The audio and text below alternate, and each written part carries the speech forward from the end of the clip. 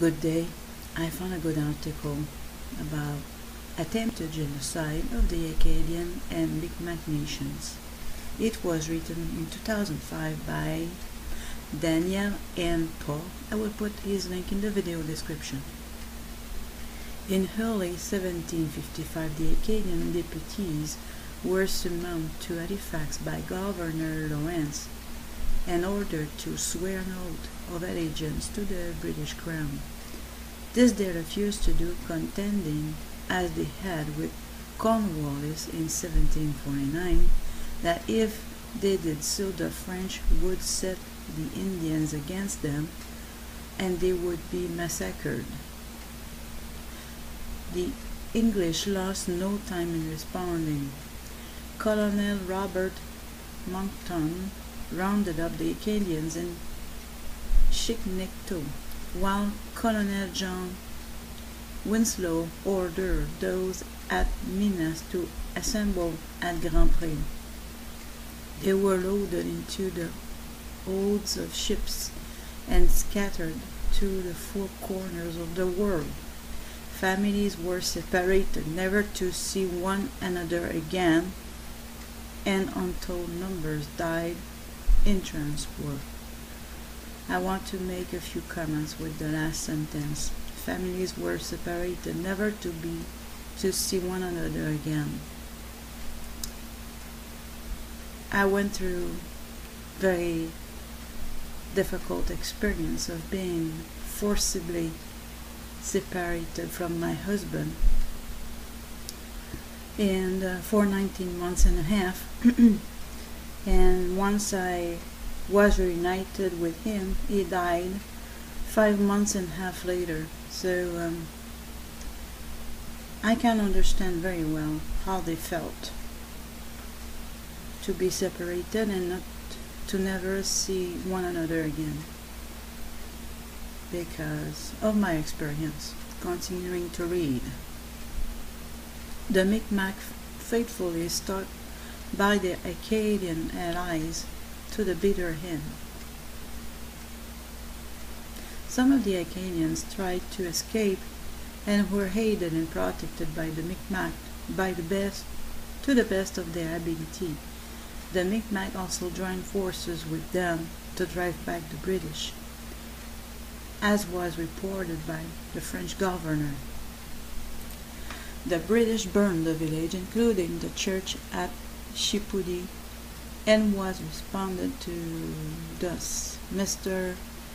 Boisébert, at the head of 125 Indians and Acadians, overtook them at the river Pelcoutdiac, attacked and fought them for 3 hours, and drove them vigorously back to their vessels.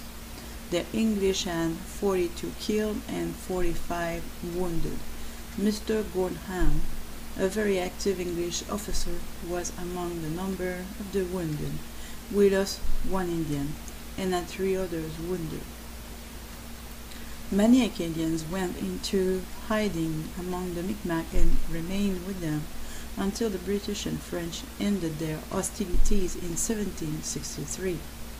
A group of several hundred were hidden by the Mi'kmaq in the area known today as Kejimkujik National Park. The expulsion order was almost universal. Even individuals who had sworn allegiance to the British Crown and been promised the right to live peacefully in their ancestral homes were included. Important phrase. I hope you understood that.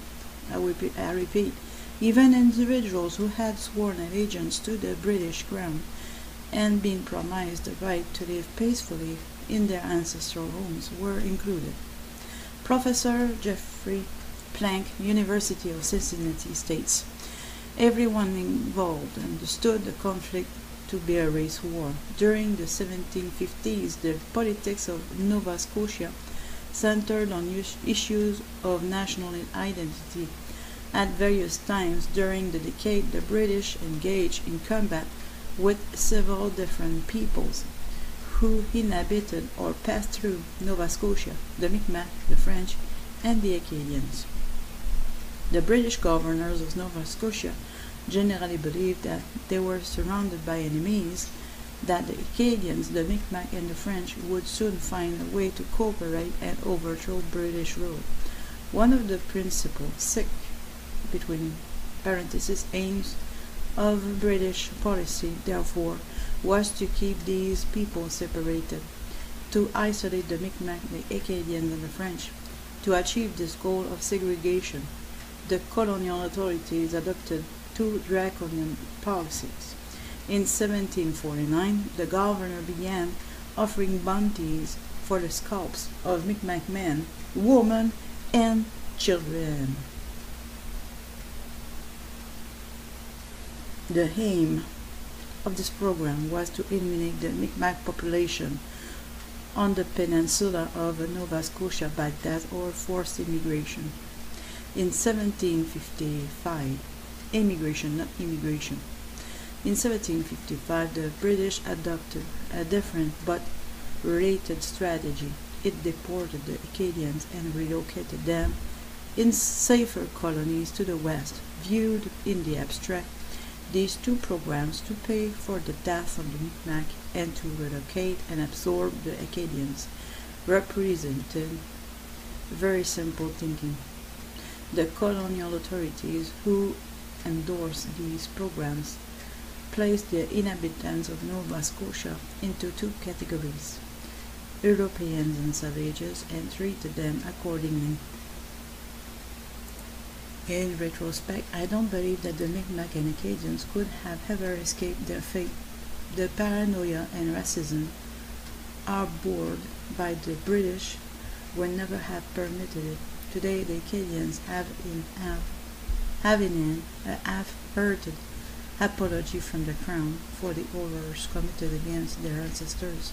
However, the Crown stubbornly refuses to apologize for the horrors committed against the Mi'kmaq by Governor Edward Cornwallis and Charles Lawrence. Cornwallis, as the record witnesses, attempted genocide, yet is still widely honored. A blot on this society that no decent human being can ever defend. A quote after this article: "We are upon a great and noble scheme of sending the neutral French out of this province, who have always been secret enemies and have encouraged our savages to cut our throats. In the effect their expulsion, it will be one of the greatest things that ever the English did in America, for by all accounts that part of the country they possess is a good land as any in the world. In case, therefore, we could get some good English farmers in their room, this province would abound with all kinds of provisions." News dispatch from Nova Scotia, printed in the Pennsylvania Gazette, September 4th, 1755.